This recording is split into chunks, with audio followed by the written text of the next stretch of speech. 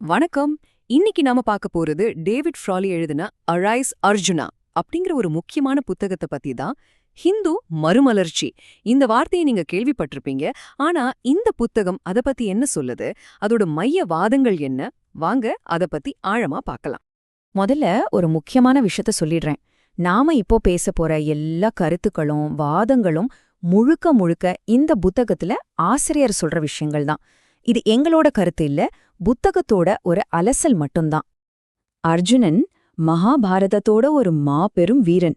ஆனா அவருக்கும் 21ஆம் நூற்றாண்டுக்கும் என்ன சம்பந்தம்? எதுக்காக அவர் இப்போ எழணும்னா இந்த புத்தகம் சொல்லுது. இந்த தலைப்பே ரொம்ப சுவாரஸ்யமா இருக்கு இல்லையா? வாங்க இந்த உருவகத்துக்கு பின்னால் இருக்கிற அர்த்தம் என்னன்னு தெரிஞ்சுக்கலாம். சரி, அப்போ புத்தகத்தோட முதல் பகுதிக்குள்ள போகலாம். அர்ஜுனா எழு. இந்த அழைப்புக்கு என்ன அர்த்தம்? எதுக்காக இந்த வார்த்தைகளை ஆசிரியர் பயன்படுத்துறார்? இங்க ஆசிரியர் சொல்றது பாருங்க.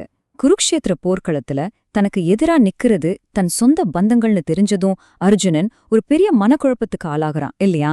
அதே மாதிரி இன்னைக்கு இந்தியாவும் ஒரு விதமான மனச்சோர்வுல ஒரு குழப்பமான நிலையில இருக்குன்னு ஆசிரியர் சொல்றாரு. இது ஒரு பயங்கரமான ஆனா தவிர்க்க முடியாத ஒரு போர்னு அவர் விவரிக்கிறார். சோ இது ஏதோ மகாபாரத காலத்து கதையில்ல. ஆசிரியர் சொல்ற குருக்ஷேத்திரம் அது இப்போ நடக்கிற ஒரு போர். எதுக்கான போர்? தர்மத்துக்கான போர். அதாவது இந்தியாவோட பழமையான பாரம்பரியங்களையும் அதோட ஆன்மாவையும் காப்பாத்துறதுக்கான ஒரு தீர்க்கமான போராட்டம் இப்போ நடந்துகிட்டு இருக்குன்னு அவரு சொல்றாரு. சரி, இப்படி ஒரு போர்க்களம் இருக்குன்னா அதுக்கு காரணம் என்ன? ஏன் இந்த எழுகங்கிற அழைப்பு தேவைப்படுது? ஆசிரியர் பிரகாரம் இப்போதைய நெருக்கடியோட ஆணிவேர் என்ன? வாங்க அதை பார்க்கலாம்.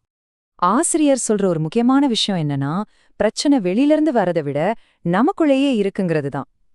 குறிப்பா இந்தியாவோட மேட்டுக்குடி மக்கள்கிட்ட ஒரு விதமான தோல்வி மனப்பான்மை இருக்குன்னு சொல்றாரு. அதாவது அவங்க தங்களோட சொந்த கலாச்சாரத்தையே ஒரு மாதிரி எதிர்மறையா பாக்குறாங்க, அதிலிருந்து அந்நியப்பட்டு நிக்கறாங்கன்னு அவர் விவரிக்கிறார். சொல்லப்போனா இது ஒரு இருமுனை போர் மாதிரி. ஒரு பக்கம் உள்நாட்டு நெருக்கடி, அதாவது இந்தியாவோட மேட்டுக்குடி மக்களே தங்களோட வரலாற்றையும் பாரம்பரியத்தையும் மட்டமா நினைக்கிற ஒரு கலாச்சார சுய வெறுப்பு. இன்னொரு பக்கம் வெளிநாட்டு நெருக்கடி, அதாவது மீடியாவில ஹிந்து மதத்தை தப்பா சித்தரிக்கிறது, அப்புறம் மதமாற்ற சக்திகளால வர அச்சுறுத்தல்கள். இந்த ரெண்டு பக்கத்துல இருந்தும் தாக்குதல் நடக்குதுன்னு ஆசிரியர் சொல்றாரு. இந்த மேற்கோள் ரொம்பவே ஆழமானது. ஆசிரியர் என்ன சொல்றாருன்னா, இந்தியாவோட மேட்டுக்குடி மக்கள் ஏதோ ஒரு விரோதமான நாட்டுல பிறந்து வளர்ந்தா எப்படி இருப்பாங்களோ அந்த அளவுக்கு சொந்த மண்ணோட கலாச்சாரத்துல இருந்தும் பாரம்பரியத்துல இருந்தும் அந்நியப்பட்டு இருக்காங்கன்னு சொல்றாரு. இது ரொம்ப கடுமையான ஒரு விமர்சனம். சரி, இந்த மாதிரி இந்து மறுமலர்ச்சி பத்தி பேசினாலே உடனே வர ஒரு வார்த்தை இந்து அடிப்படைவாதம். இந்த புத்தகம் இந்த குற்றச்சாட்டை எப்படி பாக்குது, எப்படி அதுக்கு பதில் சொல்லுதுன்னு இப்ப நம்ம பார்க்கலாம். ஒரு நிமிஷம் யோசிச்சு பாருங்க. ஆபிரகாமிய மதங்கள்ல, அதாவது கிறிஸ்தவம் இஸ்லாம் போன்ற மதங்கள்ல இருக்கிற மாதிரி ஒரு அடிப்படைவாதம் இந்து மதத்துல உண்மையிலேயே இருக்கா? இந்த புத்தகத்தின்படி இந்த கேள்விக்கு பதில் என்ன? இந்த அட்டவணைய பாத்தீங்கன்னா ஆசிரியரோட வாதம் நல்லா புரியும். ஒரு பக்கம் ஆப்ரஹாமிய அடிப்படைவாதம், இன்னொரு பக்கம் ஹிந்து மதம். கடவுள் பத்தின பார்வையிலிருந்து புனித நூல், முக்திக்கான பாதை, மத மாற்றம் வரைக்கும் எல்லாத்துலயுமே எவ்ளோ வித்தியாசம் பாருங்க. ஆப்ரஹாமிய மதங்கள்ல ஒரே கடவுள், ஒரே நூல், ஒரே பாதைன்னு ஒரு கட்டமைப்பு இருக்கு. ஆனா ஹிந்து மதத்துல அப்படி இல்ல. பல பேர்கள், பல நூல்கள், பல பாதைகள் இருக்கு.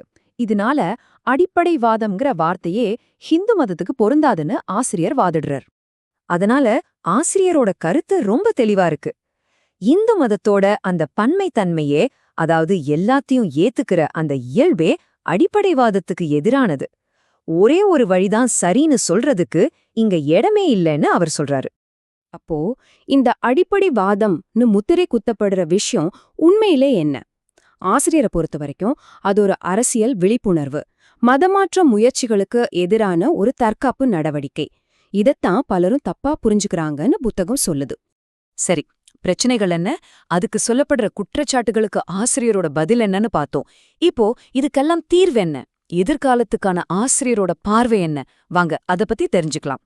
இங்கதான் ஆசிரியர் ஒரு மிகப்பெரிய நம்பிக்கைய முன்வைக்கிறார். அவர் என்ன சொல்றாருன்னா, இந்த உலகத்தையே தர்மத்தின் வழியில வழி நடத்திட்டு போற சக்தி இந்தியாவுக்கு மட்டும்தான் இருக்குன்னு சொல்றாரு. இது ஒரு பெரிய விஷயம் இல்லையா? இந்தியாவோட ஆன்மீக பாரம்பரியத்து மேல அவருக்கு எவ்ளோ நம்பிக்கை இருக்குன்னு இது காட்டுது. அப்போ இந்த மறுமலர்ச்சி எப்படி நடக்கும்? அதுக்கு ஆசிரியர் ஒரு 4 வழிகளை சொல்றாரு. முதல்ல தர்மத்தோட ஆன்மீக அடித்தளங்களான யோகா, வேதாந்தம், ஆயுர்வேதம் இதுக்கெல்லாம் புத்துயிர் கொடுக்கணும். 2வது, சமூகத்துல இருக்கிற தப்புகளை சரி செய்யணும், ஆனா நம்ம ஆன்மீக பாரம்பரியத்தை விட்டுடக்கூடாது. 3வது, இந்தியாவோட உண்மையான வரலாற்றையும் கலாச்சாரத்தையும் நம்ம மறுபடியும் ரீடிஸ்கவர் பண்ணி ஏத்துக்கணும். கடைசியா, இந்த ஞானத்தை உலகத்துல இருக்கிற எல்லா மக்களோட நன்மைக்காகவும் நாம பகிர்ந்துக்கணும். சுருக்கமா சொல்லணும்னா இந்த புத்தகத்தோட இறுதி நோக்கம் இந்தியாவை மட்டும் பத்தினது இல்ல. இன்னிக்கு பல நெருக்கடிகள்ல சிக்கி தவிக்கிற இந்த உலகத்துக்கே இந்தியா ஒரு ஆன்மீக வழிகாட்டியா, ஒரு நெறிமுறை வழிகாட்டியா இருக்கணுங்கிறது தான் ஆசிரியரோட லட்சியம்.